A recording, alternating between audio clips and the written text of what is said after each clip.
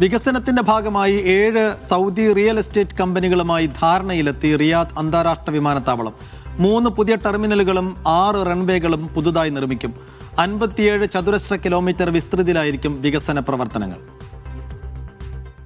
ലോകത്തിലെ ഏറ്റവും വലിയ വിമാനത്താവളങ്ങളിലൊന്നായി മാറാനൊരുങ്ങുകയാണ് റിയാദിലെ കിങ് സൽമാൻ അന്താരാഷ്ട്ര വിമാനത്താവളം. ഇതിനായുള്ള വികസന പ്രവർത്തനങ്ങൾക്കുള്ള ധാരണാപത്രങ്ങളിൽ ഒപ്പുവെച്ചു.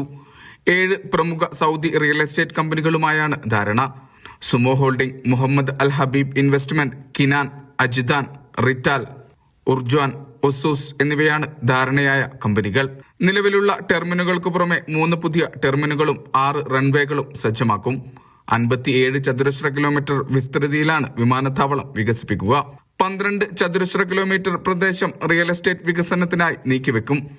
ഇവിടെ സ്ഥാപിക്കുക ആധുനിക താമസ കേന്ദ്രങ്ങൾ, വിനോദ കേന്ദ്രങ്ങൾ, ഓഫീസുകൾ, ഹോട്ടലുകൾ എന്നിവയായിരിക്കും. സ്വകാര്യ മേഖലയുടെ പങ്കാളിത്തത്തോടെയായിരിക്കും നിർമ്മാണം. 30 ലക്ഷം ചതുരശ്ര മീറ്റർ വിസ്തൃതിയിൽ ഒരുക്കുന്ന സാമ്പത്തിക ലോജിസ്റ്റിക്സ് സോണുകളും പദ്ധതിയുടെ ഭാഗമാണ്.